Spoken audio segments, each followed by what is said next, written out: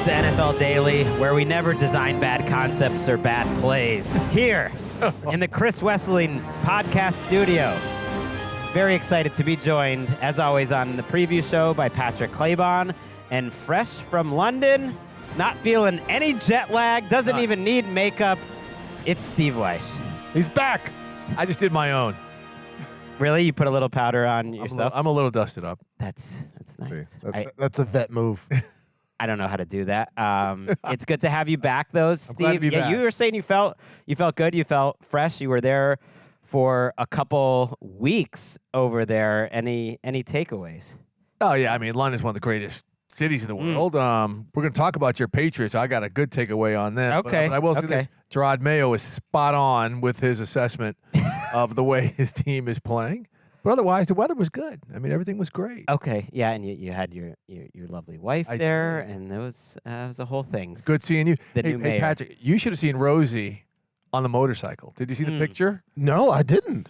Rosie was riding shotgun on a motorcycle from the stadium to the Sky Sports studio. We're weaving it in and out through traffic. You had like the dude show up, and he was like, they had like an Uber or a driver, and they brought me a little jacket. Someone said I looked like I was like his kept boyfriend or something in the back, just standing, just sitting there with my jacket and holding on to the handles. But I enjoyed it. That's not a bad thing to be. I mean, A to B, quick in a hurry. You got there. So this week's a little different. We got our regular crew back, but we've also got we're back in week 2, week 3. There's no buys, there's no doubleheader, there's no international game. We're like raw dogging 14 games on Sunday. Here we go. We're going for it. Yes, of course, this is NFL Daily presented by DoorDash. That's the case. Each and every preview show will go smallest to biggest spread this week. And we start with a game that we have not seen in the NFL. Jalen Hurts and the Philadelphia Eagles against Joe Burrow and the Cincinnati Bengals, who are a 2-point favorite. The over-under 48. It's going to be a game on CBS with Ian Eagle and Charles Davis on the call. These two met in the college football playoff semifinal back in 2019. That all-world LSU team absolutely blew out Oklahoma. We haven't seen Joe against Jalen, Greg, and now we get a chance to see it where the Cincinnati Bengals are almost 500 on the year. Yeah, and it's such a big game in their season. They're at home. When you looked at this stretch of games, it was a bunch of winnable games for the Bengals, and then this one was kind of the coin flip type of game. But if you can get it, you have the Raiders next week, and you could suddenly be 5-4 before a monster game against Baltimore, the rematch there, which it just sets up their whole season. It's interesting to me that this game was moved. This was actually the 425 game, right. And we're talking Jalen Hurts and Joe Burrow, and it got moved. A little disrespectful to these two guys, but it's because these teams have been a little inconsistent. Obviously, the Bengals were 1-4 a couple weeks ago.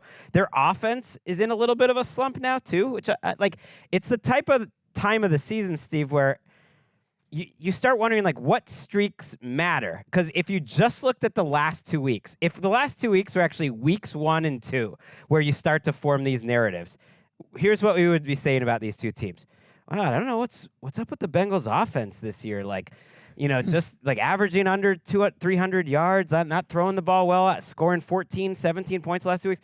And how about that Eagles defense? They're getting tons of sacks. They're shutting teams down. So narratives can change in a hurry. The Eagles defense playing well lately. The Bengals offense not. I don't know if I quite believe that, or do you believe what you saw the first month of the season? I believe what I saw the first month of the season. However, I think the Bengals are starting to play the type of football they need to play to get back into the playoff mix. When you look at the AFC, you're like, okay, who's going to be a wild card? Because you've got a handful of teams that look good.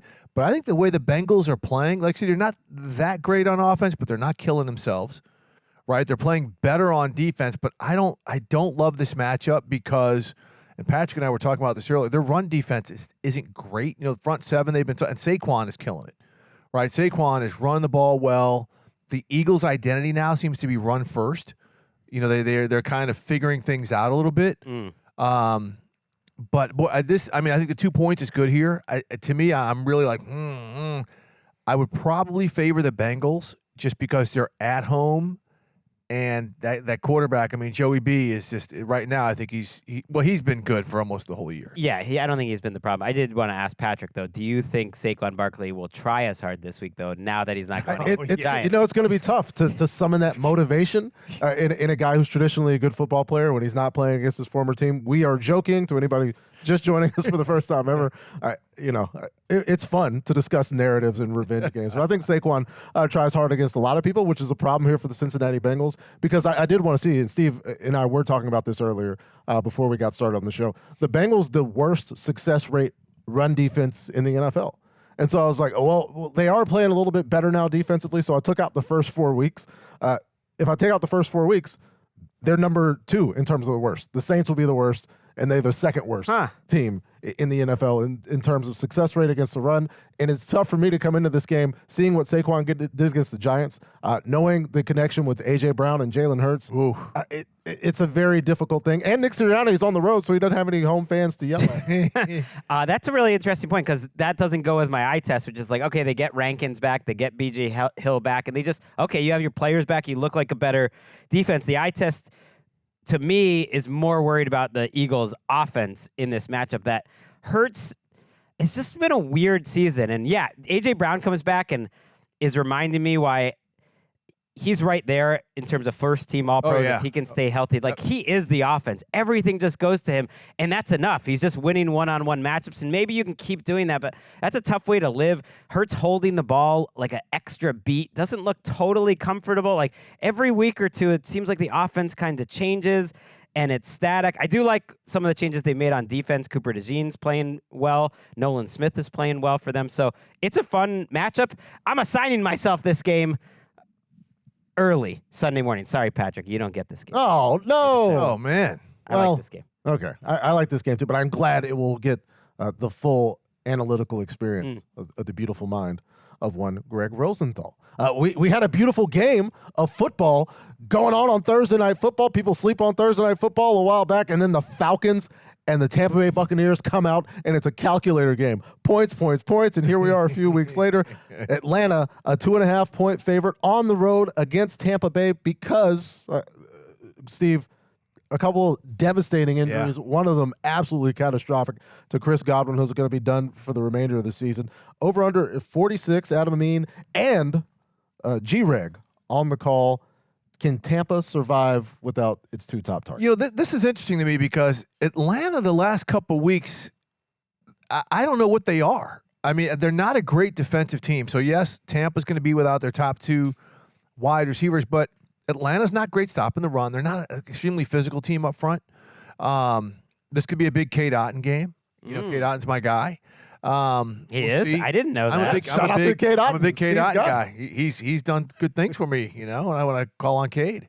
He makes it happen. Fantasy wise, it's a tough year for tight end. Is that what it is? Yeah. I thought it was he's personally. He's not giving me rides on motorcycles or anything. I heard he's like I can't pretend that I've been breaking down his blocking, but he's getting some pop as like a nice blocker in the running game too. Yeah. So, but Atlanta just played so bad. I mean, they just sleptwalked against Seattle. I think they'll come out. This is going to be a tough game. 2.5 is the right number. I want to go Atlanta in this one, but they're just kind of all over the place right now. They're really hard to peg. Liam Cohen's done a fantastic job. Has. There were guys open for Baker Mayfield to find. Baker Mayfield is unpredictable, mostly good, but then can just be terrible, make some terrible decisions, and you just wonder what it's going to be like without Godwin and Evans. You got Jalen McMillan, who hasn't done a lot so far as a rookie. You got Trey Palmer. This is really going to test their offense. That said, this is kind of the perfect matchup to start to try to do that. The Atlanta Falcons have 6 sacks this season. Aiden Hutchinson had that in like one game. I mean, they are blitzing at the 10th highest rate, and yet they have the worst pressure percentage in the entire league.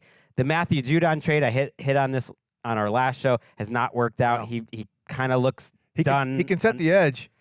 He kind of looks done as a pass rusher, though. And so, I actually think that the scheme and the structure and the offensive line, especially for the Bucs, has really been playing well. that they're still going to be able to score a bunch of points. This is a really big game, actually, in determining who's going to win this division. I hate that this game is so soon, right after the other one.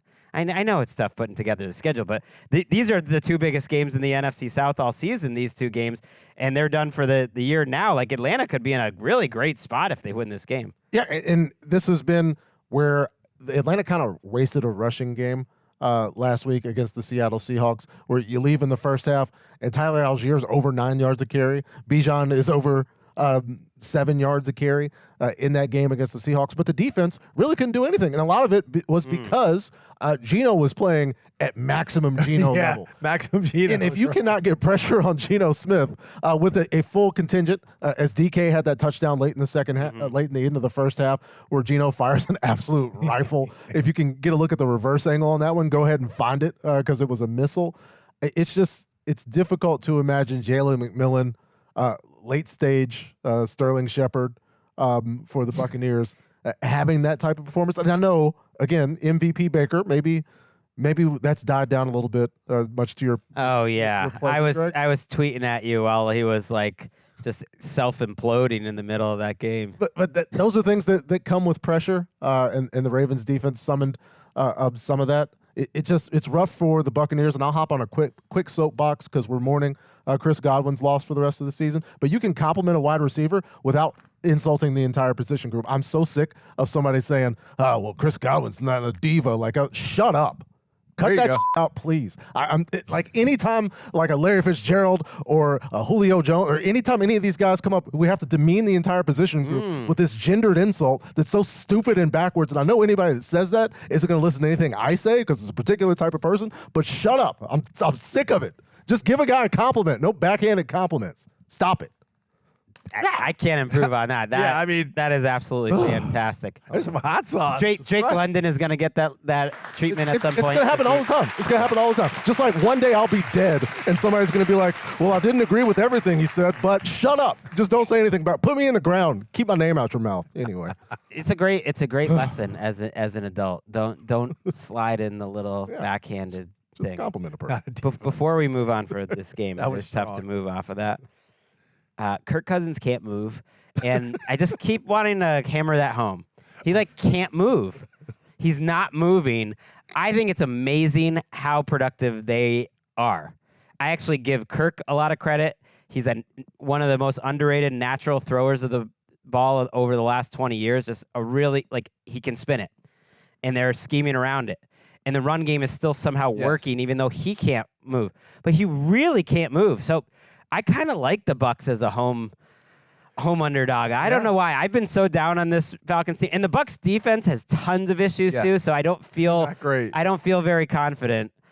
But I kind of like the Bucs actually to surprise some people. I'm telling you, Kate Otten. Let's go. It's the Kate Otten game. Last week was too. I noticed you kept his name out your mouth. No, keep him there. I mean, Chris Godwin is the one that got hurt, but Kate Otten was the guy during that whole 8 minutes because I was screaming during the whole 8 minutes. It was 41-18. I was like, why are they out there? Kate Otten took about 5 different shots to his neck and his back and his head, and he just kept getting up and getting those fantasy points. Because that's what Kate Otten does. He goes to work for Steve's fantasy football team. A game we were looking forward to for weeks, and now we have to keep an eye on the injury report because it is the #1 overall pick. And Caleb Williams and the Chicago Bears, 2.5-point favorites at the Washington Commanders, where we are awaiting news on the rib of Jaden Daniels. Dan Quinn said the practice field is the next step for him. We want to make sure he can fully express himself and do all the things he does on the field and be, quote, fully turned up. Shout out to Dan Quinn for saying that. Backwards hat, Dan Quinn. He's not a diva either. But I mean, he is definitely the Steve Buscemi. Why am I blanking on, the Saved by the Bell Steve Buscemi? Hello, fellow kids. Hello, fellow kids. Saying turned up. Sorry. I'm like hello, fellow kids, trying to come up with that. No, I think DQ is legit. But the question is, Steve, do we feel confident if they have to play Marcus Mariota, who played good last week, or excuse me. Good. No. Oh, I don't feel confident if they got to go with Marcus. Now, He put up 40. Okay, it was against the Panthers. Yeah. Look, the Bears defense is legit. We saw them, Greg. We saw them against Jacksonville. Just take apart a very bamboozled Jaguars team over in London. But the defense that up front, I mean, they can pursue. You talk about hunters at the first two levels of that defense. They have guys who can really get after it. They're good. They allow for good coverage. They're schemed up well by Eberflus. I mean, look, Washington. I love the fact that Brian Robinson is a workhorse. I mean, he can run the football, and I think they're going to keep on drilling it to keep the ball out of Marcus's hands. The one reason why I like Chicago in this game, I think they're starting to find their stride offensively. When the last two games they've played, when they go up tempo or no huddle, that's clearly when Caleb feels himself. You saw that again. We saw it over in London. We saw that the week before when they went no huddle, up tempo. Look at this. He's got all day. Oh, let me just throw it to a wide open Cole Kmet. It's, I just think they're really starting to figure out who and what they are. I spoke to one of their coaches before the game in London. He's like, I think we think we know what the kid likes, and part of that is the up tempo. And we've seen him run it 2 games in a row now. Washington and Dan Quinn won't be caught off guard by that, but I really like the way the Bears are playing. I am so disappointed if Jaden Daniels doesn't play in this game. He might. You mentioned, Patrick, everything Dan Quinn said. Now, we don't know if that's him trying to make the Bears prepare for both options. He didn't practice on Wednesday, but you would think if you can get him back later in the week, then he would play. So we just don't know. This was the game that replaced Bengals-Eagles in this national spot, and it'd be really cool, sort of, not a coming out party, but the first big-time game for these two teams with them, like with solid winning records. They're both trying to get to the playoffs. When Washington is throwing the ball, it is the second most efficient passing attack in the NFL, Washington Commanders, versus the second best pass defense, Chicago Bears. So that's just strength on strength. You want to see that matchup. But to your point about Brian Robinson, it's better to just run at the Bears if you can. And so if it's Mariota or if it's Jaden Daniels, they're going to really try to get that running game going, because I think that's just the safer way to play against Chicago. They're just so good in the secondary, so good that it's tough to earn a living passing against them all game. And you have to think, coming off the bye, they'll be a little healthier as well. I know they were dealing with some injuries on the back end. And understandably, this Commanders defense, statistically, things have looked a little bit better, but the personnel hasn't necessarily changed. Right, so how much do we really believe in improvements over there on that side? Going up as a good offense that looks a lot better right now. It's tough. I think I'm going Bears. I will say this though: the Commanders up front, those inside linebackers, Bobby Wagner and Frankie Louvu, are spectacular. I mean, they are playing elite level football. So again, I don't know if Chicago's going to be able to run the ball like they have the past 2 games, but if Jaden Daniels does play, I think that this makes it more interesting, because you can even though Marcus can bounce it outside the pocket, he's not Jaden. I don't think he's definitely not the deep ball thrower Jaden Daniels is. I mean, he's a check down guy, but Jaden plays. This is going to be fun. He was a little more aggressive than we've seen from old Marcus last week. Again, take a picture of that, buddy. I know. Okay. Yeah. Wow. Yeah, I would take a think, picture of that. as like a trustee of the Polynesian Hall of Fame, I would think you'd be a little more Marcus. Generous to our friend Marcus. There's tape out there, Greg. Steve's football first. What we got to do? I've seen enough of him. I mean, I love him. I remember the first time I've ever been to Hawaii, Marcus's pictures are all over the bank everywhere. He is like a hero to the Hawaiian people, and you're just dogging. I've seen enough film. He's been replaced by Tua. Those pictures are Tony Romo gets this game, though. I like this. We need new quarterbacks to kind of make Tony Romo feel a little more alive. I think he's better in these sorts of games. He's sick of the Chiefs, too. Yeah, and it gives us an idea, because, of course, there's a lot of conversation. These guys are going to constantly be compared to one another. And if Jaden plays, perhaps Tony Romo will contextualize what we're seeing on the field. Just like that. That's what we need, and we kind of get the voice intonation based on the grunts, the guttural feelings of one Tony Romo. Folks, you know what time it is? It's time for Hot Matchups. There we go. Presented by Wingstop. The Buffalo Bills are a 3-point favorite at the Seattle Seahawks, who went to Atlanta and put up a ton of points. 46.5 is the over-under. Kevin Burkhardt and Tom Brady gets to see a couple good quarterbacks in this one, Greg. In Geno going up against this Bills defense, and the offense now has Amari Cooper, by the way. Yeah, I might have to take this game, too. This is my Super Bowl pick. Buffalo to win the Super Bowl this year, and then, of course, my Seahawks. Big trade today. Seattle sent Jerome Baker, who had been disappointing for the Seahawks, to Tennessee for Ernest Jones, who you might remember just got traded to the Titans 2 months ago.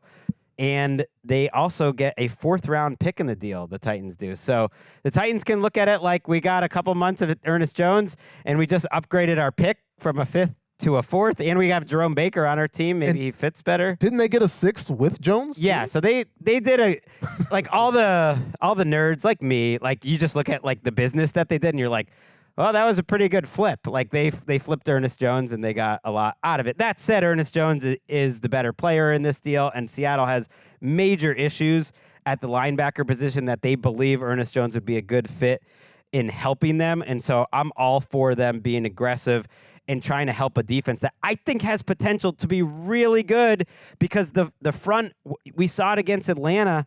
They just got dudes. Byron Murphy is a dude. He had some big-time plays. Derek Hall is my kind of outside edge guy, like a Jadeveon Clowney, or when Marcus Davenport is good. They're just so strong. The 4 games Marcus played. Well, okay, yeah. They're just so strong. I like having one of those guys. I'm rolling today. One of those guys, Boye Mafe. Yeah, maybe you are feeling the jet lag, because this is like tired, salty Wyche. But okay, they needed some help at linebacker. They got some. I like the move. Yeah, look, this to me, I look at this. This is kind of a identity crossroads for both teams. Even though they have winning records, they really haven't beaten any strong teams. Like the strong teams both have put it on them. Seattle, of course, Atlanta, if you want to consider them a strong team. That was their best game of the season. That was the best game they played. So I think the winner of this kind of lets us know, okay, this is another team to keep an eye on. We've been high on both of these teams, but again, they're still working through things. A little late in the season for a lot of these teams, but I think this is kind of a league-wide ordeal. I like Seattle in this game. I like the way they played. I think Geno, the way he played, and the way this offense schemed up to get one-on-one matchups against Atlanta, like we're seeing right there, I think they can do that against the Bills. So as long as they can protect a little bit, I think Seattle has a real good shot to knock off Buffalo here. Yeah, the pressures are going to be the issue in this game. We've seen how Greg Rousseau, as well as the rest of the pass rushers for Buffalo, Ed Oliver, being a key aspect of that as well. You got to get pressure on Geno. Otherwise, I think the secondary has so many spots where Geno can exploit it. We saw them really just relying on the pass rush to deal with the Jets offensively, because Garrett Wilson was getting open. Yes. On every single play. And I've wondered about the athleticism back there in the secondary for the Bills all time. But is Boye Mafe, right? Is that enough?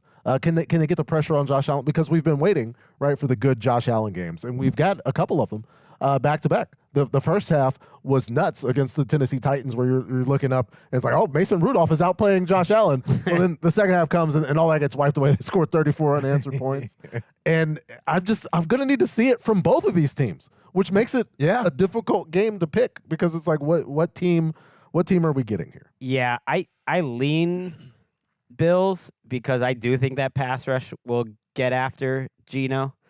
And DK Metcalf right now looks unlikely to play. Yeah. And I think you said it, Patrick. That's where the Seahawks would have to win, would be in the secondary. And DK, he just changes the math for you, where they're just not nearly as scary without DK Metcalf. But Ken Walker is a really improved player. It's fun. I believe in both these teams.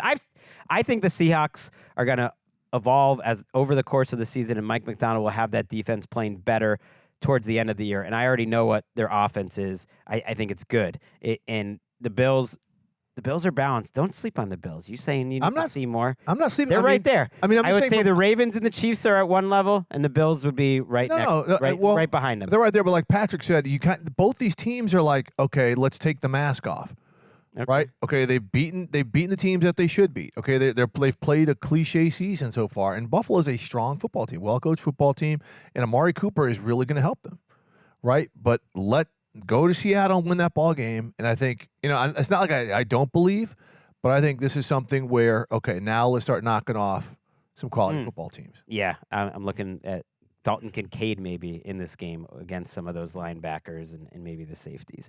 At safety, I've liked what I've seen out of Dalton Kincaid. I like what I see out of the rest of this schedule. Let's take a quick break. Pay some bills. Back after this.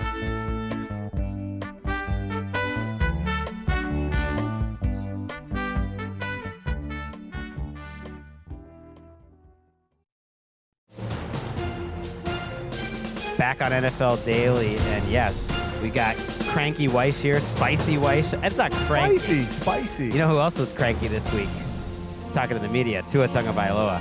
Never seen that side of Tua. Yeah, Tua is back, and he's back at the podium, and he's lashing out. Not really. Tua explaining his decision process with regards to the Guardian helmet. We'll see how things go. He's done the judo, everything else to try. He's not happy with some of the media and some of the media attention, which I get. Well, I mean, look, and people have been saying for weeks he shouldn't play, he shouldn't come back, he shouldn't do this. He's probably like it's my, because he's heard him several times. It's my choice, personal choice, over and over. So when people were asking him about his health, and players don't like talking about their health, especially if they fall into the injury-prone category. So that might be why Tua was a little bit, bucking up against some of those guys. And right, from Tua's point of view, 100% of the players in the NFL have brains and skulls on the outside of those brains. And this is an issue that everybody has to deal with, and perhaps he would prefer it be a conversation not about Tua Tagovailoa, but maybe about the game as a whole. As we get to the Arizona Cardinals against the Miami Dolphins, who are 3.5-point favorites, mainly because the gentleman that we were just discussing is finally back for them. Arizona gets a win on Monday Night Football against one of the best defenses in the NFL in Jim Harbaugh's Los Angeles Chargers. Greg, Jason Benetti, and Mark Schlereth on the call a few weeks ago when he said this game stinks. Now we got Stink on the call. How do you feel? That's awesome. Well done. I'm into it because I do find the Cardinals a compelling weekly watch. Not sure what I'm getting out of them, but Kyler Murray is always fun. And then Tyreek Hill, I got to admit, Tua being so salty, some reports that he looked very sharp at practice. Tyreek Hill saying on Wednesday, "We're back, baby. Strike up the effing band. Start me this week," to his fantasy owners. Yes. You got to put that on Fantasy Live. He's just saying Tua's all we need, and he kind of makes me believe it. I don't know if it's fair to the backup quarterbacks how reliant this system is, that maybe it's not good that McDaniels built it in such a way no one can come in and run the offense that they run, because that was not the Dolphins offense that we saw over the last month. They're not even doing the motions. They're not doing anything other than throwing the ball to Jonnu Smith and running the ball pretty well. But that running game makes me think, man, this Cardinals defense is so overmatched talent-wise that I'm kind of buying what they're selling, that maybe they just put up a 35-point effort and we all feel better about the Dolphins. Yeah, look, I mean, I don't think it's necessarily the backup quarterback. This is where the GM is like, okay, we're going to come in and put Snoop Huntley in. You have to be better prepared knowing that you've got a quarterback who's had the issues that he's had. I think Tua coming back does change things. I mean, it's such an energy boost because people had life without Tua, and it didn't work out well. I mean, they haven't scored more than 20 points since, the week 1 victory, against Jacksonville. Even that one, they had like 3 at half. Yeah, I mean, that wasn't good. So I like Miami in this game. I think it's just going to be a motivational boost all around. But I will say this about Arizona. James Conner is like every year when he is healthy, it's like we do not give this guy enough love. He is a damaging player. He's a monster near the end zone. This is one where, as exciting as the big play might be for Miami, they just got to keep the ball away a little bit from Arizona get here and having kind of this churn ball game with Conner. Well, that's the place where I've been having success picking the Arizona Cardinals here in the past few weeks, is that the way that this defense has issues is giving up the big play. And here come Tyreek Hill and Jalen Waddle back with their quarterback, with the opportunity to make some big plays against this Arizona Cardinals defense, where if they're in a game where you're trying to go 3 or 4 yards in a cloud of dust, like a Greg Roman team might be inclined to do, then they can have a little more success. And the Dolphins, without Tua, have the fewest completions of 20 or more air yards this season. I understand that they didn't start that well. But a lot of teams have slow starts. We celebrate Joe Burrow and the Bengals having slow starts every single season. I think Tua can get it together against this team. Yeah, Tyreek also said about his connection with Tua. It was so beautiful. I had cheese man on my face. Just felt so good. Y'all don't know what it does to me. If I'm tired, Snoop Huntley listening to this, it's not making you feel good. You know Tua personally. Yeah. What do you think this challenge and everything's been like for him? Well, look, it's like he said when he talked about his people I've spoken to near him. Said even that evening you didn't see any signs, like any symptoms or whatever of the concussion that he went through.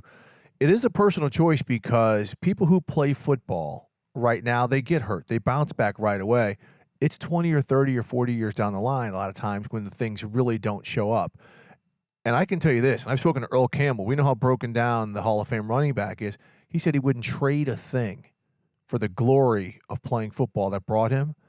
I guarantee you about 99.5% of NFL players, no matter what they're going through, will tell you the same thing. The one thing you worry about that I thought watching his press conference was just that they just got to be careful because there's been other instances where, like the Buffalo game a couple of years ago, where he didn't really report his, they need to protect him from himself because he had a comment. The thing that worried, the one comment in the press conference that I thought was objectionable was just, well, we should he essentially said what players have said forever, which is like players should get to decide when they play. And he was treating it like it was another injury. Like I have the best feeling of when I should play or not. And so they just got to make sure to have an eagle eye there and save him from himself. And I don't think he'll get hurt in this game. Go ahead. Sorry. I mean, there's this thing that Mike McCarthy told me years ago when he was the head coach of the Packers. It's the can you sleep at night rule. If you're a coach or an organization and you have a player who gets hurt, and this is when Jermichael Finley had a significant neck injury, and he said, we can sleep at night when he's not on the field. If we put him back on the field, I don't know how well we would sleep. And that's the deciding factor. So if Tua were to get hurt again, that's where the Dolphins as an organization, like you said, may have to step in and say, okay. Jermichael Finley, in my mind, is famous for being the first player to force me to stand on an apple box when I interviewed him because that man was just so tall. And they were like, sorry, bro, you really got to stand on this box there. Shout out to NBC Sports Network back in the day. I just wanted to mention Dennis Gardeck, the pass rusher for the Cardinals, is out for the season, has a torn ACL. We did not know that at all on Monday night. Here are 4 different players that are out for the season from the Cardinals, which you would not believe to have a really talented front to begin with. Dennis Gardeck, B.J. Ojulari, who is going to be a breakout type of player, Justin Jones, Bilal Nichols, and their first-round pick, Darius Robinson, hasn't played. So they remind me a little bit of the Patriots, where not the most talented team in the world to begin with, and they've really been devastated with injuries. So that's just unfortunate for them. Yeah, tough situation, especially on the road at Miami this week, trying to get that figured out. Another team going on the road after getting a home win in the winter warning game. The Green Bay Packers, a 4-point favorites at the Jacksonville Jaguars, who got another win in London against the New England Patriots, 49.5. The over-under, Kenny Albert and Jonathan Vilma on the call. Steve, is the boom or bust Green Bay Packers offense with Jordan Love either scoring a touchdown or they're turning the ball over. What are they going to do in Jacksonville this week? Yeah, I'm surprised this number is only 4. I guess the folks who set this line really like what they saw to Brian Thomas and the Jaguars offense, which they should. I mean, I think the offensive line played well against the Patriots. Tank Bigsby is their best running back. Travis Etienne is a starter because he could do certain things in the pass game. But their defense, man, you could scheme them up. And Matt LaFleur is one of the best played his schemers. I just think, now, here's one thing I'll say for Jacksonville. If Foye Oluokun comes back, the linebacker, they missed him, right? There's a lot of communication issues on that side of the ball. If he's back, he can fix that. That will help. But I just think, again, you can scheme up some things against this defense where Green Bay can put a lot of points on the board. We've got an injury update here. Travis Etienne and Foye Oluokun both returned to practice in a limited fashion Wednesday. So that's a positive. They're going to be missing Cam Robinson likely, but they have a pretty good backup at left tackle in Walker Little. This is the first game so far that I've thought maybe Survivor. Yeah. We're back. Yeah, because, you saw the Jaguars week after week. And, Steve, you were kind of a supporting actor star here in the Jaguars London trip because that first halftime interview with Doug Peterson. He was a little unhappy. He was much saltier than I've been. I heard someone say, I really want to credit who this was, that don't worry about the Jaguars quitting on Doug. I think Doug might be quitting on the Jaguars. He looks so unhappy. He was little upset. But much happier after a great second quarter. That said, defensively, you said boom or bust. I hear you, Patrick, but man, that in aggregate, it's booming. Business is booming for this Packers offense. Good offensive line. Jacobs is great. The receivers are all popping. Jordan Love is the most confident quarterback on planet Earth. He believes he can make any throw, and he does. So I feel pretty good against maybe the worst defense in the league. Right now in DVOA. Wait. Wait till we get to your Patriots. Okay, just by the numbers, DVOA, you've been teasing this. 14th in offense in the league. Jaguars, 32nd in defense, for what it's worth. And Jordan Love has a 114.3 passer rating when not blitzed this season. So now he's going to Jacksonville, where the Jags have blitzed at the lowest rate in the league. Oh, they just in 2024. So things could go a different way. Also spotted at practice today and commented on by the head coach. Robert Saleh was helping the offense of the Green Bay Packers today, giving them a defensive perspective, watching for Matt LaFleur and company. So Bob Saleh was up there in Green Bay, taking things in where things are getting better. Things are getting so good that oh boy, you can have other coaches come in. You know, Jeff Hafley got the game ball. I don't. I'm about to say I'm glad he's confident and well. It looks like he's got. Well, but they're doing it on. I was thinking about that too, but they are. LaFleur says it's on the offensive side of the ball, quote, for now. It's the same thing that Kyle Shanahan is doing with the former head coach with the Chargers. Why am I? Brandon Staley. That makes sense. Same thing he's doing. Same thing he's doing is getting defensive perspective. A defensive genius, Brandon Staley. Yes, by the way. Belichick's done that too, where offense, defensive guys switch spots, sometimes very successful. Josh McDaniels is a former defensive coach. Right. Why not bring Bobby Saleh back in the building? Our friend Jordan Rodriguez, who's loving your contributions today by pointing out Frankie Louvu and James Conner, like two of her favorite players. Frankie Louvu. She famously uncovered that they were called the Boys back in the day on her podcast that you were also on, the Play Callers, Robert Saleh and Matt LaFleur. So the Boys reunited.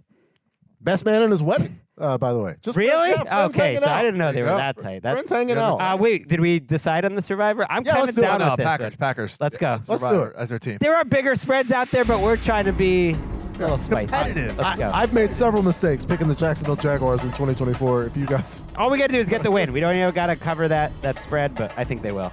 All right, a couple teams that need wins. On Sunday Night Football, the Dallas Cowboys at the San Francisco 49ers, who are 4.5-point favorites. They just lost Brandon Ayuk for the season. Deebo Samuel just getting out of the hospital with a respiratory illness where he had fluid in his lungs. The over-under is 46.5. Of course, Mike Tirico, Chris Collinsworth on the call, Greg.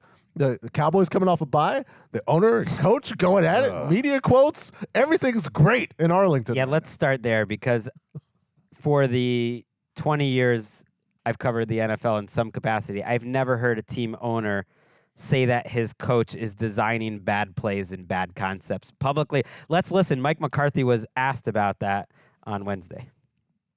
I talk to Jerry all the time. You know, we've had time to go through the self-scout, so I can't really I didn't see the comments specifically, so but I don't think we have bad concepts and bad plays. But I'll go back and check. But no, we're not where we want to be. I mean, that's clear, and it ultimately is my responsibility, and I'm fully aware of that. But we are very diligent. Shout out to Mike McCarthy. That's beautiful. If you can watch on YouTube, his face added to it. I got to admit, he is the right man for this job. It is tricky to be the Dallas Cowboys head coach and be in that position. And the way he laughed that off, I'm sure he's maybe feeling a little differently inside, but I think actually that is the right way to handle it. Otherwise, you'd go crazy. Yeah, I mean, sometimes you have to laugh to keep from crying, and I think that's where he was right there. Oh my gosh! I mean, when Jerry said that, like, oh, he's designing bad plays and this and that, I'm like, dude, this guy's been designing the same offense that's been winning you 12 games the past couple of years. Maybe that running back you couldn't afford, Derrick Henry, who you also said wouldn't have had this type of success in Dallas. That's a self-damnation. You can't say that. I agree with the funny thing is I agree with that. That's the most correct thing he said. True, right? He wouldn't, because this is a mess. This is a mess. Although it would be much better to be. I just want to put it out there. It would be much better with. Yeah, because I mean, the defenses have to actually concern themselves with the running game, which is why look, Dallas. I think this is a Jordan Mason game all day. I think San Francisco is going to be run the football. because of their situations. George Kittle, of course, you're going to give him some attention. So Kyle Shanahan will find some other ways. Maybe Ricky Pearsall gets going in the receiving game, but there's nothing about Dallas right now that just. I mean, I know CeeDee Lamb and Dak, but right now, I mean, this stuff going on right here, it's not cute. It really isn't. We know how Dallas has fared against the 49ers. They've been tough games, so maybe the 4.5 is a bigger number than maybe I would welcome with this. But I just this stuff right here just is not good at this point in the season for this type of game. I like San Francisco. Yeah, with a maybe on Micah and a maybe on Tank Lawrence. Yes.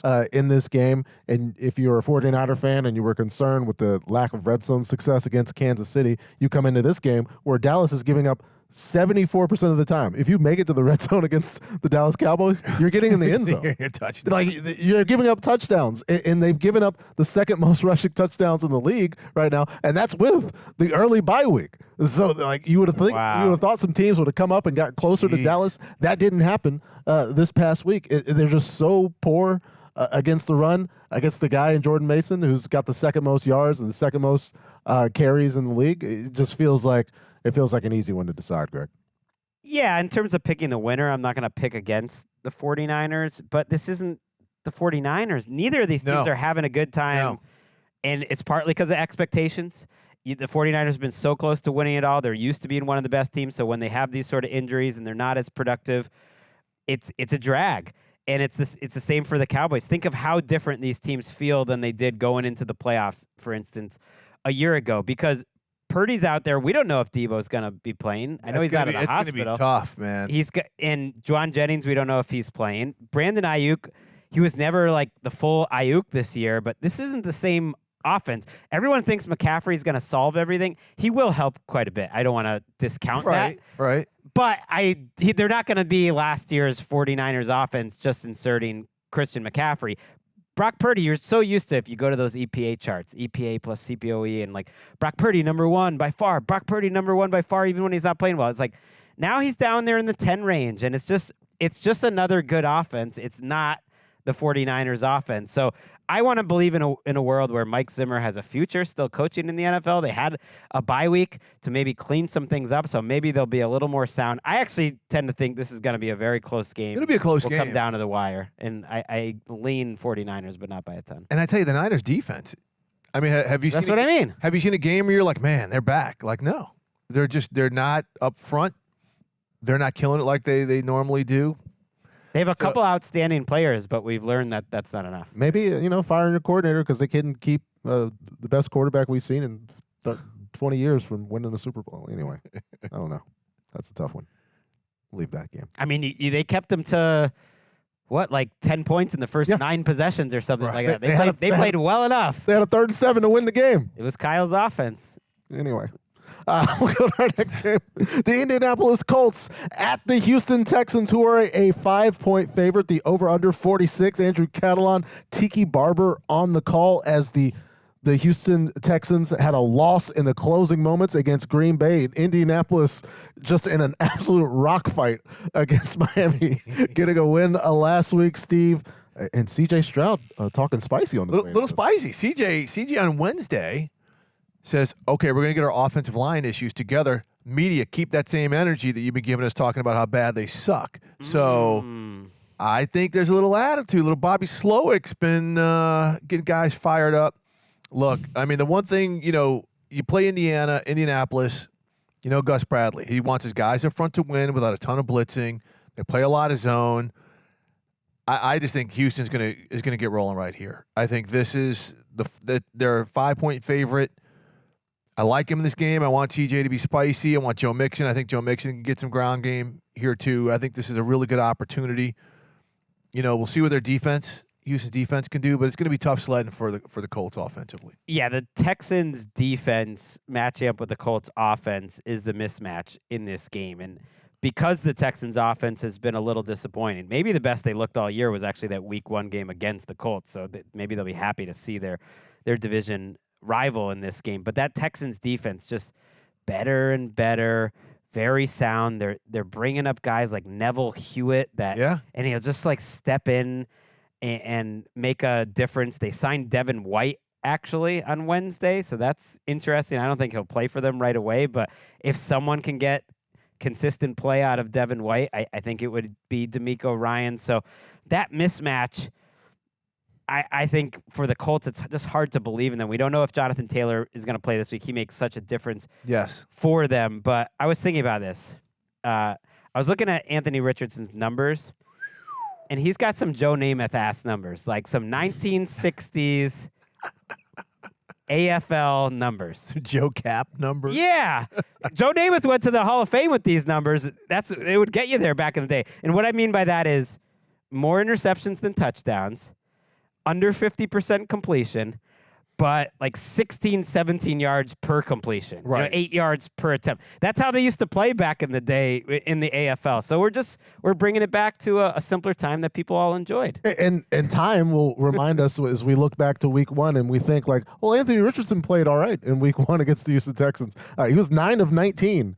Albeit those 9 completions went for 212 yards. That's what I'm talking about. 2 touchdowns, including the throw of the year, fading off his back foot to Pierce for that touchdown. There, it's hard to stop believing in what he can be, because you see it in spots where he's making the right decisions with the ball, but the ball will just get away with him. It'll sail it high. It'll go to the dirt. Maybe it's feet, but I just prioritize, Steve, the ability to make that decision, which is the hard part for a lot of quarterbacks.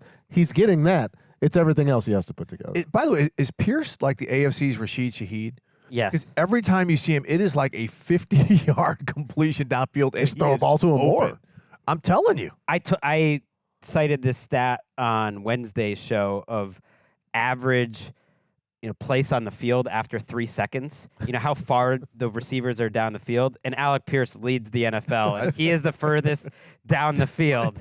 It isn't a surprise. Like Reggie Wayne has been talking him up for years. It's like, I'm telling you, this guy is a burner that's going to have success. But he said it's been more of a mental thing, that he hasn't had the confidence at the pro level, and now he does. This is a tough secondary, though, to get it done. Yes. And if you miss a throw, like they'll catch it, it seems like, this Texans defense. All right, let's take another break. And we're going to wrap up this show after the break with some of the bigger point spreads of the week.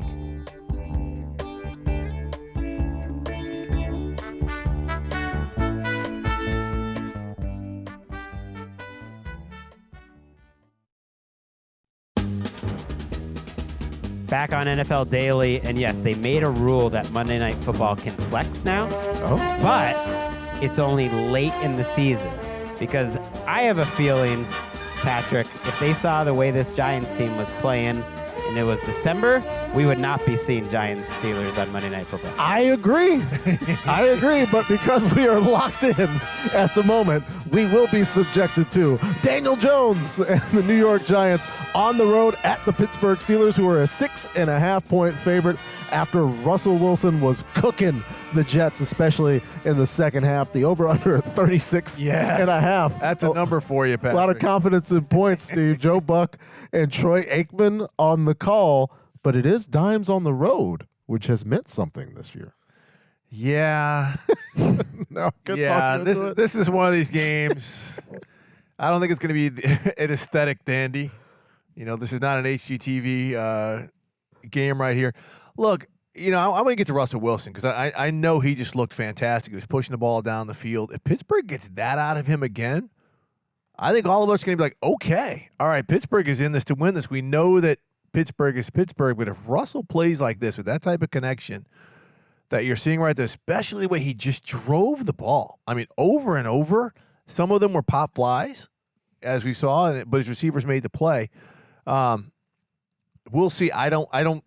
I don't know what we're going to get out of him, which is why I like that 36.5 over, over under. But I need to see more. Everyone's just crowning him, and it was his receivers were making some great plays for him, and he's giving them a chance to, which is important. He's not using the middle of the field at all. He never has. He never has, and he's made it work. He probably will go to Canton one day with it. What do you think? Oh, we'll see. I think he's there, but I mean these past couple of years are. You're a voter. I'm not a selector. You're not a voter. I'm not a selector now. But you're on the show on NFL Network. I am. Yeah, I don't. How do I get on that show without, anyone coming off of that show. I want on that show. I think I'd be good. Well, Greg, the numbers have been dwindling here, so I think there's a good opportunity. Because I'm really into that stuff. Sorry, I don't know why we're doing this live on air. There we go. Because I think Russell Wilson's an interesting one. Won't be first ballot. That's kind of how I view it. I felt different than Roethlisberger, for instance. Just thinking of another Steeler. I felt like when the entire media apparatus turned on Russell Wilson for the past couple of years, I thought we were out. But if things go right, specifically in Pittsburgh, no, I actually don't. Well, sure, he could help his case if he has a nice run, but my expectations are relatively low. I think what he did in Seattle has enough to have a pretty good case. I would say so. I mean, we had people like cataloging mundane interactions and discussions about high knees on the airplane, and it was all bad. Were you a top 5 quarterback for an extended period of time? Yes. Then you're probably a Hall of Famer. Yeah. It depends how long it is. Depends what else you did. In this matchup, we'll see. The Giants' defense can do some things. Yes. The Steelers' offensive line has been better despite being a real mass unit. Are they coming together? Because the Giants are playing well up front. Azeez Ojulari's playing well. You have Brian Burns. We'll see if he's healthy enough. Dexter Lawrence is a Defensive Player of the Year. Shout out to Drew Phillips, which is one of the players that Joe Shane drafted that has worked out for him. He's playing pretty well. So defensively, I think the Giants could give the Steelers a little problem. And to your point, just muck it up and make it kind of an ugly field goal type of game. Daniel Jones targeting guys out wide at a career high rate right now. I'm looking for a positive dime stat. I'm pouring in Targeting versus completions, Patrick. You left that part out. Yeah, it's not. He's got 313 yards and 3 touchdowns. Okay. And the EPA per target's 0.64 when he's targeting a guy out wide. Malik Neighbors helps that. Fun to watch Malik Neighbors on prime time. Not as fun last week. They were really double teaming him. We'll see if it's. These are two of the teams that have cornerbacks that travel the most with receivers. So Joey Porter Jr. maybe with Neighbors, and then Deonte Banks, who we'll see if he gets benched a little bit. You got to look on your face, Steve Wyche. No. I mean, I like the Neighbors one. I thought you were. I thought you had seen the Deonte Banks footage where he just starts jogging off the field in the middle of a play when he had the angle to maybe get Jalen Hurts out last week. I've never seen this in my entire life. He just started jogging that way, and his position coach sees him jogging that way and starts chewing him out and gesticulating and going crazy while the play is happening, and Hurts is just like running by him. And I was like, man, you maybe gotta bench that dude at that moment. Like if he's, I don't know, it was a kind of a tough moment, but he will be traveling most likely with George Pickens. It's a tough situation sometimes when defenders are looking over and the offense is doing next to nothing, and maybe that inspires a little quit. Yeah, they really miss Andrew Thomas, which is not a huge surprise, but the fall off to them, and then now you have to play the Steelers. That's bad news. The Steelers got a win last week agast the New York Jets, who are a 7-point favorite, despite being on fraud watch by this particular program from week 1. They are taking on Greg's beloved New England Patriots and Drake May, who is the only thing Greg likes about the Patriots. The over-under is 41.5. Spiro Ditas, Adam Archuleta on the call. And before Steve gives us the entire rundown of everything that is wrong with New England, how do you feel, Greg? It's that 7-point spread. I had not seen that. First of all, it's the beloved Boston Celtics. What a ring ceremony that was. What a performance to open the season. And beloved Drake May. So yes, I worry for him that the coaching staff is not the right one for him on offense specifically, and that we're just wasting time with this staff because he's the only thing that really matters about this team right now. It's an okay matchup against a Jets defense that really hasn't played well, except when they played the Patriots. But I just want to hear Steve at this point. Well, I mean, first off, I disagree with you on the offensive coaching staff. I thought the week before when the Patriots played Alex Van Pelt in May's first start, I thought he a very creative and a very kind of crafty game. I mean, now they were behind by 20 points, but I thought his play calls were good. Okay. My thing is this with New England. Gerard Mayo is a truth teller. I was on the sideline for their game against the Jaguars, and they were playing soft. Defensively, they made Tank Bigsby looked like Bo Jackson. Nobody wanted any parts of him. Like nobody rose up to the challenge that contact is a part of the sport. Guys were really sidestepping, olaying some tackles. And so I agree with him. And the thing is, the Patriots defense, like they got some guys back. I mean, I love their safeties. We know Christian Gonzalez is a good player. He's probably going to travel with Garrett Wilson. Maybe he'll get some on Devontae Adams. He doesn't travel exclusively, but and the offense, their offensive line just beat up too badly. I mean, they've got injuries across the board. Ramondre Stevenson's a hell of a running back. And Drake May is, I think he's going to be a good player. They've got to do some things to build around him, but he is a talented guy who sees the field, who can run. So the cupboard is not completely bare. I mean, there are a couple canned items in there that you can keep that'll save for a while. Was there anything being there, though, that you left there just thinking, like, this team is a mess? Anything specific? Yeah, I mean, defensively, again, I was just kind of like, what? Like, who is going to stand up and make a play? Because nobody opted to do that. So I think this is a game. Mayo's called them out. Okay, are they going to get pissed about it, or are they going to respond to it? Because challenging guys' manhood, and Gerard Mayo's got, look, he's a former player who didn't sit out games. He enjoyed the contact. So we'll see if it works. Because if they don't believe in the coaching staff, like you don't believe in the offensive coaching staff, then guys aren't going to step up. But I think because they're playing the Jets, they'll be better. I mean, I don't like the 7 in this game. I don't like the Jets being favored by 7 in this game. I think it's going to be a tighter game than this. I think the Jets win, but I don't like the 7 here. The players have the players have had Gerard Mayo's back publicly. They said, well, he said that to us first, which is, it's funny, but it's also the way to do it. Like, Don't call him soft in the media. If you hadn't called him soft to their face, I guess he had already done that. They were like, oh yeah, he already called us soft.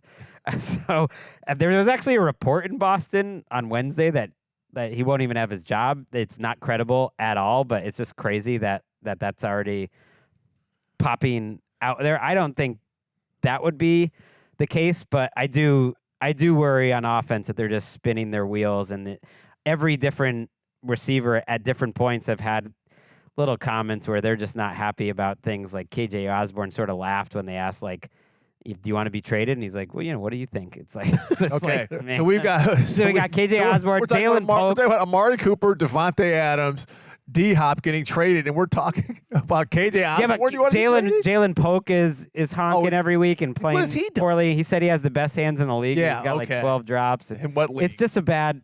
Maybe KJ Osborne's looking at all the Jalen Naylor success that he's thinking, look at how great things were in another situation. Although when other teams like lose their left tackle and they're like, oh, okay, the big focus this week is going to be fixing their right tackle and covering up for that one spot. I'm like, you got to think about the Patriots, who everyone at this point is a backup plan. It really is. And the first plan wasn't good to begin with. They went from one of the worst offensive lines to the third or second stringers at like every position. It's a difficult situation. That offensive line is bad. A tough way to live. Yeah. It's a game where Aaron Rodgers is saying, the way to make the Jets feel better would be to stop listening to the media. Play with joy. And on the other side, people in Boston are saying that Gerard Mayo's being mean. Maybe everybody will be nice, and the results will pan out on the football field, or people are going to say whatever. You got to go out there and play the game. Both teams. What about if the Patriots win this game, though?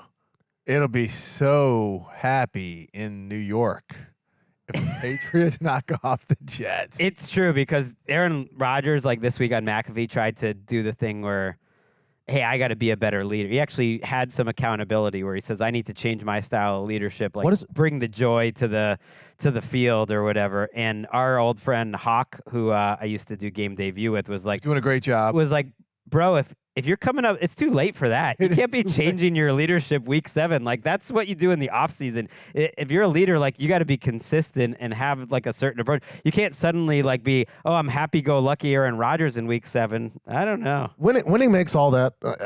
It makes all that happen. But right now, the Jets have the same record as the Raiders, the same record as the Giants. I'm being counterproductive here by expanding and spending more time on the Jets because we're having this conversation. But like at a certain point, it's the same record as the Jags. Yeah. Like that. Yeah. That's who they are. Who they are. That's who they are. That's why I'm saying, like, the 7 number is real big to me. I've thought that about other Patriots games, but you have gotten me more excited that if the Patriots somehow won this game, this really is their Super Bowl. Just to be tied with the Jets at 2-6 and put them in a tailspin. Oh, this is sneakily the biggest game of the Patriots season left because they don't have many winnable games like this, and that would actually matter. This is it. Let's go to another team with the same record as the New York Jets, the New Orleans Saints at 2-5, led by Dennis Allen on the road, coming to SoFi Stadium, taking on the Chargers, who lost a heartbreaker on Monday night to the Arizona Cardinals. The Chargers, a 7-point favorite. A 7-point favorite. They're not necessarily lighting up the scoreboard, No. Steve. How do you feel about the number? 7 for the Chargers? What are they averaging? Are they averaging 20? We know the Saints have lost 5 in a row. We know it could be Spencer Rattler again. Starting a quarterback, but boy, I do like the Chargers in this game. They don't score a lot of points, but their defense is good, right? They're keeping teams, from really lighting things up. The Saints, their offensive identity with and without Derek Carr has been all over the place. I don't like the 7 number, but I do like the Chargers. This one. I think you just look at it, and the Saints have lost their last 3 games, doing a little math here, by an average of 20 points, 60 points total. So okay, so what 2 teams have they lost those to? The Broncos, the Bucks, and the Chiefs. Yeah, 3 teams. They're not when you're losing by 20 to the Broncos. Yeah, that's all bets are off. We'll see who plays in this Spencer game for the Saints. Yeah. They are coming off a long weekend. They signed Alvin Kamara to a contract extension. This organization is very predictable. It's like next year's coach is gonna love Kamara. This is breaking news. Steve Marsh fires Dennis Allen. This team is so predictable. Now, I don't want to discount that I love this for Alvin Kamara. Seeing him in any other uniform would be disappointing. He didn't have any guaranteed money on his deal, and they guaranteed essentially 2 more years, and I think he's still running well. That said, I've just seen it too much with this franchise. Yep. I believe 100% they just did this for good PR in a bad spot. That they want everyone's unhappy right now. Let's do something that's going to make everyone happy. They wanted to keep him away from Dallas.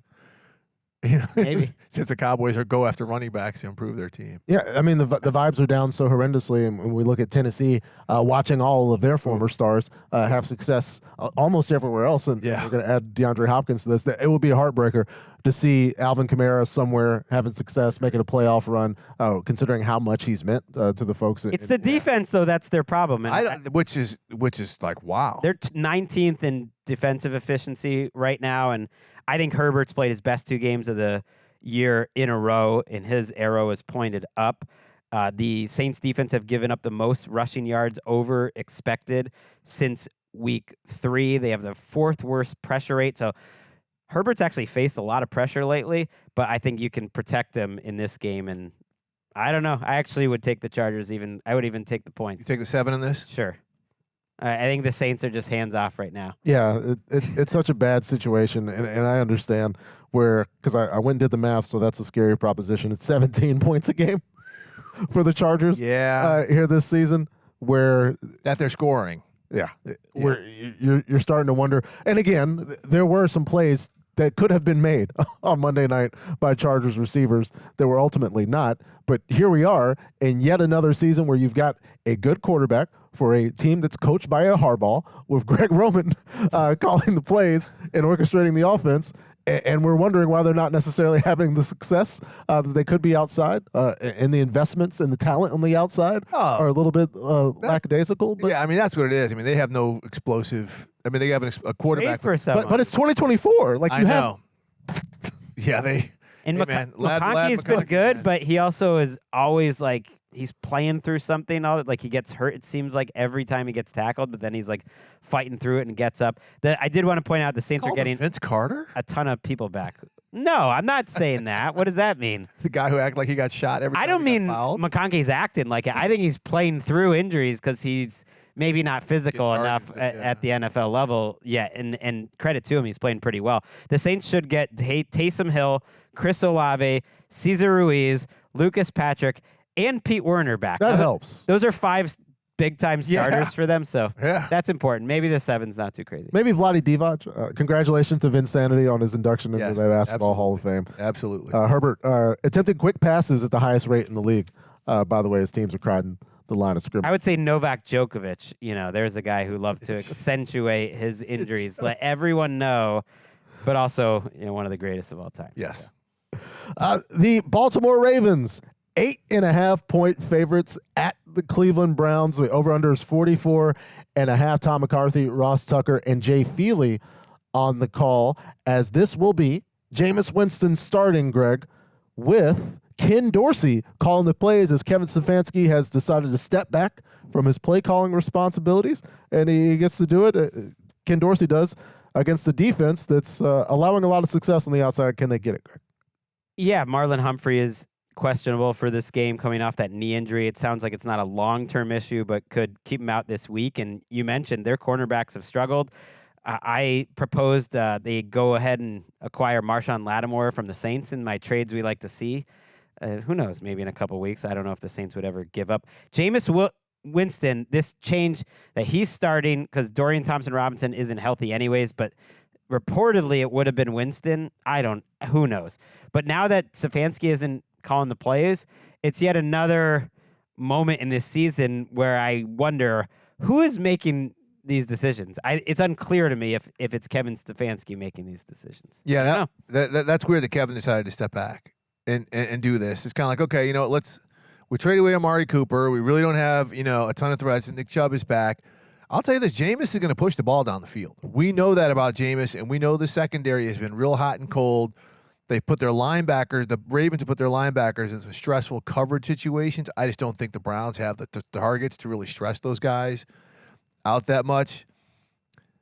8.5 to me is a big number for a division game. Baltimore could easily do it. It could get ugly. But I just think a division game at Cleveland, Jameis is going to push the ball a little bit. I don't know if Baltimore's going to completely blow them out in this game, but they're going to win this game. It's hard to envision a Baltimore blowout the way that the defense has performed, especially out on the edge. You go and you expect, right, to look and see total failure on the defense, considering the points per game and the way things are going. No. But success rate rise in the run game. They are very good. They're very efficient. Good defense. players. You can just see it. Yeah, they show up and make plays. But again, this is a Cleveland Browns offense that has not scored more than 20 points the entire season. I know Jameis makes it better, but they still have problems that weren't all Watson related. But I think we get close to 8.5 points, but 8.5 is a lot. Look, I think I don't usually believe that prior results make a huge difference unless it's division opponents with the same coaches. In the last 3 years, these two teams have split. There's actually been some one-sided games for the Ravens and the Browns in either favor. There's been close games, but either way, it's been kind of a draw between these two teams. But that's why I don't get Stefanski not calling the plays. We've seen you call the plays with Joe Flacco, and it worked great. We've seen you call it with Jacoby Brissett, and it worked great. We've seen you call it with Baker Mayfield, and that team offensively was ready to go to the Super Bowl, I thought. So that's curious to me. The one drive that Jameis had last week, I got to say, it was probably the most visually pleasing Cleveland Browns drive of the season. Low bar, but Very low, but it was one drive. I went back to watch it, and like you said, he was giving guys a chance to make plays, and he did it. Cedric Tillman had some nice catches, and he's not afraid. He hasn't played much lately, though. We have this idea of Jameis Winston, but he's only started 3 games in the last 3 years, so we just haven't seen him play a lot lately. I'll say this. Jameis might be one of the most liked players in any locker room that he's in. His teammates like him.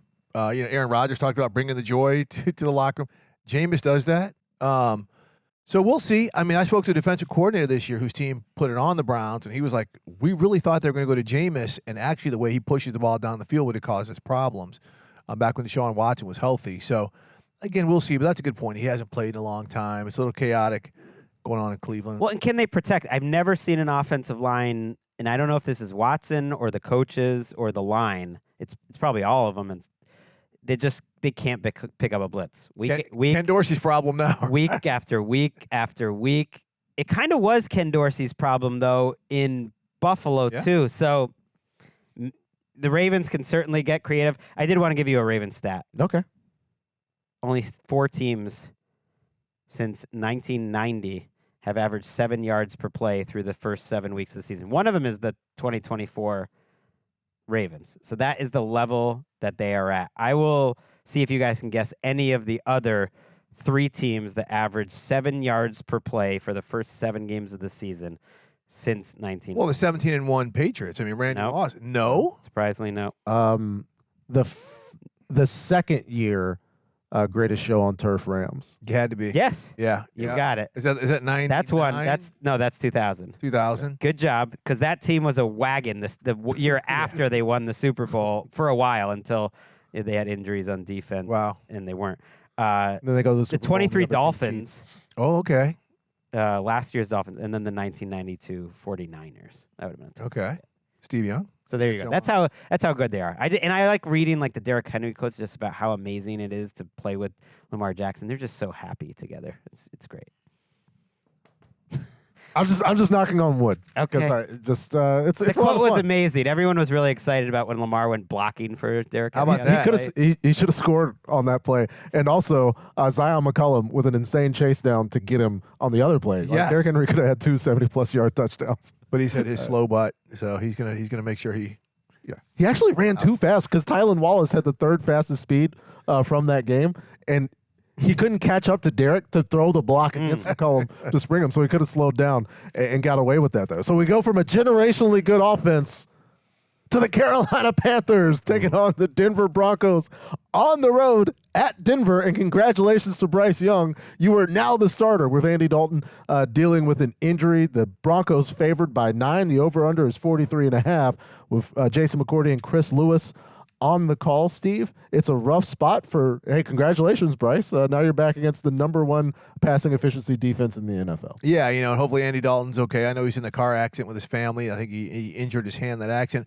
First I was like, who the hell are the Denver Broncos going to beat by 9 points? Well, anybody in the NFC South that they played. They won by 19 over Tampa Bay and 23 over New Orleans. So Sean Payton continues owning the division where he used to coach. Look, it's Carolina's just, it's a mess right now. We'll see if Bryce, could get anything done offensively. What a tough spot, though. He's in a terrible spot right now to come in and playing against a team that's playing great defense. I mean, the Broncos get after teams. And so Vance Joseph is going to give him a million different looks.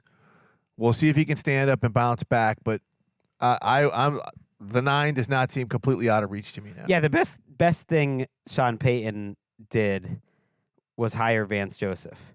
And he has brought a level of professionalism to the offensive line. They don't really make a ton of mistakes. They're pretty good on special teams. They're winning at the margin. So you got to give the head coach some credit for that. And Vance Joseph is dealing right now. They're 3rd in defensive efficiency. They're 24th in offense under Sean Payton. So the offense really hasn't gotten any better, but the defense keeps adding guys. Like Cody Barton was the defensive player of the week, really. And they've added Baron Browning. I think Patrick Surtain will be back for this game. The Panthers have been outscored by 133 points this year. No one else in the NFC has been outscored by more than 50. So when they lose, they lose.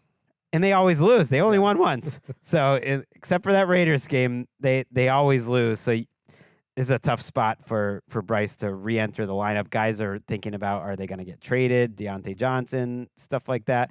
I think if you're Bo Nix and the Broncos, it's actually I wouldn't say a big game, but you'd like to see some offensive progress against the worst defense in the league and show that you can throw the ball down the field a little bit. Well, I think the problem with that is it's going to be so easy to get progress in running the ball, right? In terms of success percentage, this Panthers defense, one of the worst. In terms of overall performance against the rush, it's one of the worst in the NFL. And Javonte Williams in this, you mentioned the offensive line kind of doing what they're supposed to do, not necessarily leaping off the page at anything, but they've had that success.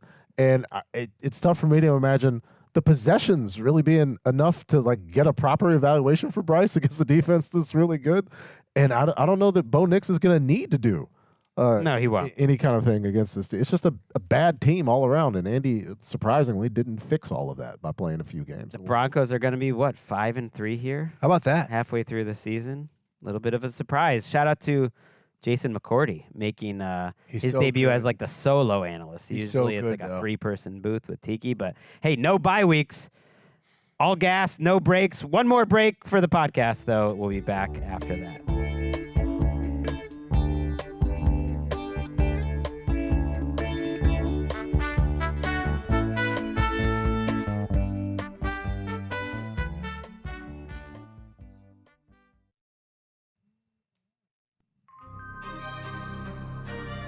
Back on NFL Daily.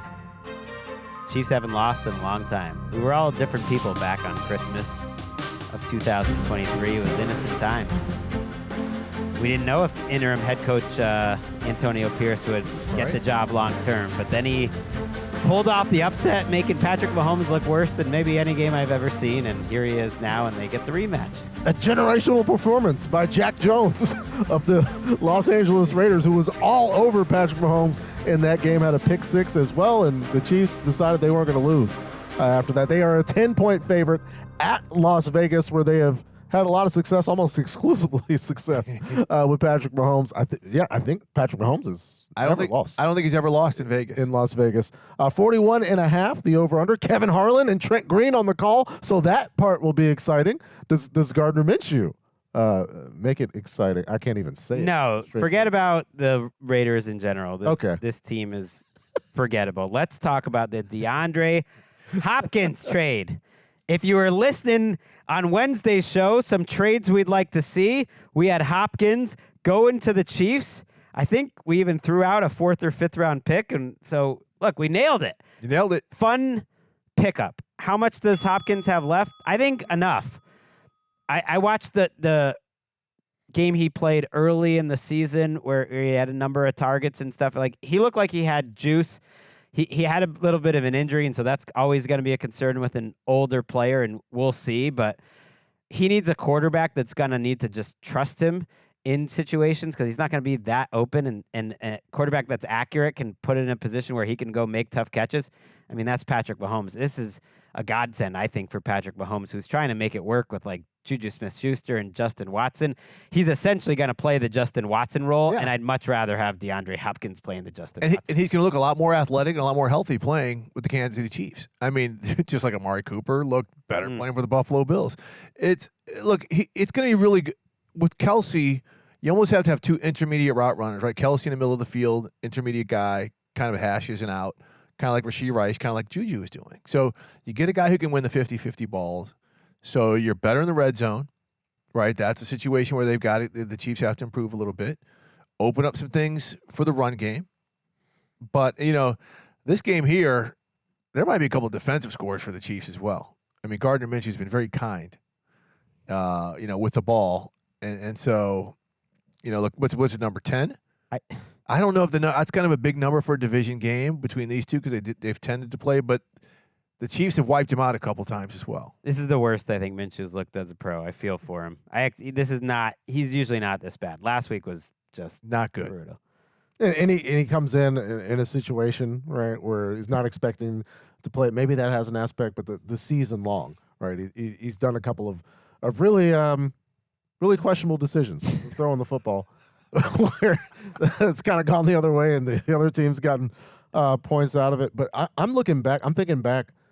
This is the best receiver the Chiefs have had since Tyreek Hill and Sammy Watkins, just in terms of like a technician out there where, and even then, when they draft Tyreek Hill, he's going to be an Andy Reid gadget guy, and they don't know they're getting like this Canton-level wide receiver technician of the game. And so in comes Nuke, and that makes everything better. It's frustrating as a fan of another AFC team, all right, that the Chiefs are able to add this kind of talent, where I think other teams could have used DeAndre Hopkins, perhaps. Isn't it amazing how they just go out and they just get receivers? I mean, who's the guy a couple years ago they got from the Giants who's no longer with the team? Kadarius Toney. Every year they've added a receiver who has made a play in the Super Bowl. So you got McCole Hardman. Get Juju back. Catches the game winner. Juju's got the hamstring injury. I don't know. Right. I don't know. He won't be playing in this game. That one game Juju had might have been Juju's moment in time. That was maximum Juju. Yeah, as like a big-time difference maker. That's a good point that he really is, because Xavier Worthy, who I think will get better as a pro, but he has 0 catches this season when facing press coverage. Like he just gets erased when he needs to be in a certain sort of role now and maybe improve. And Hopkins can help him get in better spots. Man, this Chiefs team, they're getting better. Better. Rough news for everyone. The team that shipped off Nuke Hopkins, the Tennessee Titans, on the road at the Detroit Lions, who are favored by 11 points. The over-under is 45. Kevin Kugler and Daryl Johnston on the call. As Steve, there is not going to be a Will Levis, we think, right now. Coach Callahan says he expects Mason Rudolph to start once again. He started well against the Buffalo Bills, but then the Bills scored 34 and answered points. Going up against, I would make the case, the Detroit Lions might be playing better football than anybody right now. Right. I mean, look, the 11, I don't like the number just because Detroit came off a tough game against Minnesota and they got the Packers next week, right? This is one where the eyeball could stray a little bit. They should win this game. Tennessee's defense at times can look really, really good, but I mean, Detroit's offense, when they want to dial it up, with that run game and then mixing up all those different receivers. So, yeah, I mean, I like Detroit to win it. I don't know if I like the 11 here, but Tennessee unfortunately, they've just got a pop gun on offense. They don't have anything where they can really generate some points. Yeah, that's the last level of dominance where it's not the biggest game in your season. You're coming off a huge win. You got one next. Like, can you just stomp out a team like this anyways just because you're so focused and you're so talented? I tend to think they can. The Titans' defense, it almost makes you think, like, how valuable is a good defense really if you don't have the offense? Because I watched that Bills game, and they held up, and they held up, and they held up. And, right. like, eventually, like, they're a good run defense, but the dam is going to break. They're a little easier to pass on. Like, does it really matter? I do wonder. I did some digging. People saying there's no way they'll trade Jeffrey Simmons. Maybe Harold Landry would be a guy that they would consider, just because what are they doing this season? There's not much going on. This is the first game, though, without Jamison Williams. And, right. We'll see if, like, Khalif Raymond can fill that spot. I think they'll be fine offensively. They are a rare team that can try to still run on the Titans, even though the Titans are a very good run defense. Jared Goff, in his career against the number one total defense, is 3-8. But I think this situation is so different because Jared Goff is playing such good football. He is dealing right now. Right now, where Ben Johnson and he are linked up, where pressure's not an issue for Jared Goff. My friend Adam Rank loves to say that Jared Goff is an indoor cat, but once again, Jared Goff playing all of these games in dome stadiums this year, like the elements aren't necessarily an issue. Where I don't know. I do think for the Titans' sake, what they are doing, I would agree in not trading Jeffrey Simmons. I would agree on keeping the unique talent that you have. Yeah. My issue with Tennessee is they have not done that, and that's why they're in this hopeless position right now. Is abandoning their unique talents and trying to, fill in spots and make it. It's not working. And Callahan's trying to thread the needle where Rudolph is likely to play this week, but once Levis is healthy, then he is the starter. He did openly say this season is about getting a full evaluation of Levis. Like he said that this week. And so I was like, okay, because it's not really about necessarily winning. Not like Mason Rudolph is going to really win games for you either, so why wouldn't you play him? But, yeah, it's tough. I mean, they signed Calvin Ridley. He has 36 targets right now for 12 catches. That's crazy. Yeah, I mean, look, a lot of their veteran offseason acquisitions just have not materialized. It's happened with a few teams in terms of getting some veteran free agents where it just hasn't worked. L'Jarius Sneed is another one. Has not really played well for them. Yeah, it's look, I think Callahan will eventually get it right, but it ain't gonna be this year. And Jared Goff, this whole MVP thing, everyone's like, oh, Jared Goff's the MVP. Well, first of all, it's so early. This is why I get annoyed with the early MVP talk, because if we were truly looking at it like, okay, who's the MVP of the first 6 weeks? His first 3 weeks were one of the worst 3 weeks I've seen from Jared Goff. People just wipe that out of their mind. Since he arrived in Detroit, he had a bad first 3 weeks, so that's half the season so far. So I'm not giving the MVP to the guy who half the season was struggling. I'm not a hater, but I will point out only one tight window throw last week and almost none the week before too. Like, they're setting him up and he's knocking it down. He was great last week. I need a rant. I need a rant. Patrick had a dandy. That was a good one right there. Okay. My Patriots up. wasn't really a ranked game, was it? Get at him. Get at somebody, Steve. So good to have the whole group back in the Chris Wesleyan podcast studio. We're going to wrap it up here. Thank you for watching NFL Daily, presented by DoorDash. We'll be back. TNF recap. Not doing a live YouTube this time because it's going to be a late night taping, me and JB Long. We got to get back home and fight through the Inglewood traffic because I'll be at Rams Vikings. There it is. There we go. So will JB. We'll see you then. Look, when football's back.